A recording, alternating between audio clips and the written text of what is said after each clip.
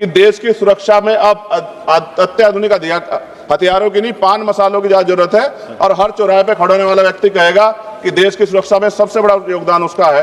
श्री चंद्रशेखर जी, माननीय चंद्रशेखर जी। धन्यवाद अध्यक्ष जी। अध्यक्ष जी, मैं आजाद समाज पार्टी काशीराम की ओर से स्वास्थ्य सुरक्षा से राष्ट्रीय सुरक्षा उपकर विधेयक 2025 पे अपनी बात रख रहा हूं।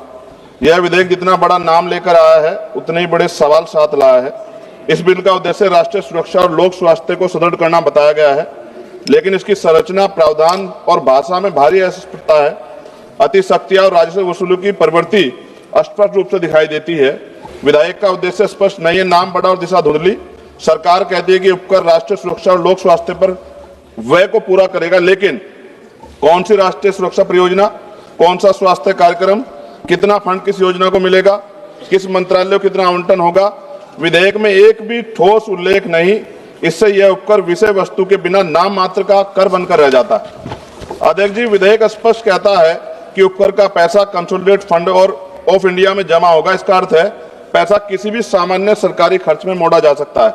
ना संसद में स्पष्ट हिसाब मिलेगा, ना जनता को पता चलेगा कि स्वास्थ्य या सुरक्षा में कितना पैसा लगा है। यदि पैसा कहीं भी जा सकता है तो इस उपकर का नाम स्वास्थ्य सुरक्षा क्यों?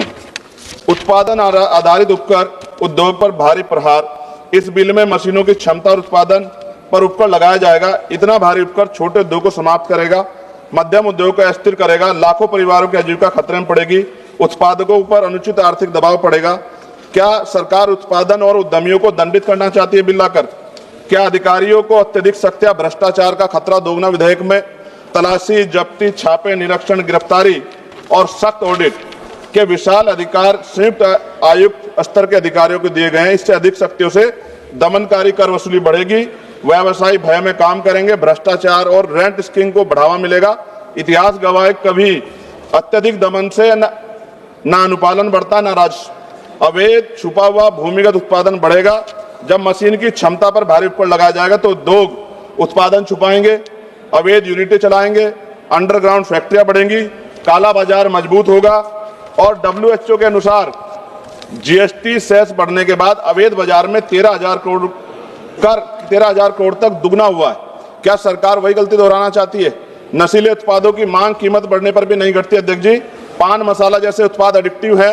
कीमत बढ़ने से इनके उपभोक्ता कम नहीं होते, बल्कि गरीब लोग सस्ते, मिलावटी, जहरीले, काला बाजार उत्पाद खरीदते हैं। स्वास्थ्य जोखिम में बढ़ता है, सरकारी अस्पतालों पर बोझ बढ़ता है, समाज में दीर्घकालिक नुकसान होता है।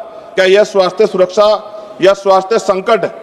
राज्यों को उनका संवैधानिक हिस्सा न मिलना, इससे उपकर नॉन डिविजिबल है। इसका अर्थ है राज्यों को इसमें से 1 रुपया भी का भी हिस्सा नहीं मिलेगा। केंद्रवाद बढ़ेगा, राज्यों की वित्तीय स्वायत्तता कमजोर होगी, विकास योजना पर प्रतिकूल प्रभाव पड़ेगा। राज्यों का हक क्यों छीना जा रहा है? अध्यक्ष जी, विधेयक को संसदीय परीक्षण से बचाकर जल्दी पारित करने की कोशिश गलत। इतना महत्वपूर्ण और व्यापक प्रभाव वाला विधेयक उद्योग, उपभोक्ता, राज्यों, कर प्रणाली, आर्थिक गतिविधि सभी को प्रभावित करता है। निष्कर्ष जी, यह विधेयक देश हित में नहीं, राज्य हित में है।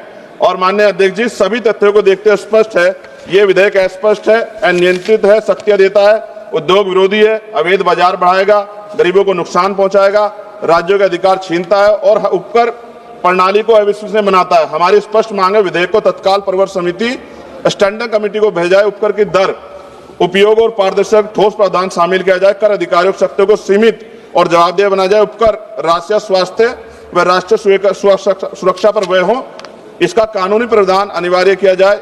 इन्हीं शर्तों के साथ इस बिल का मैं विरोध कर संशोधन सहित पुनर्विचार की मांग करता हूं। अध्यक्ष जी, अंत में इस बिल को पढ़कर मुझे ऐसा लग रहा है कि देश की सुरक्षा में अब अत्याधुनिक हथियारों की नहीं, पान मसालों की ज्यादा जरूरत है। और हर चौराहे पे खड़े होने वाला व्यक्ति कहेगा कि देश की सुरक्षा में सबसे बड़ा योगदान उसका है। धन्यवाद अध्यक्ष जी। जय भीम, जय भारत, जय संविधान।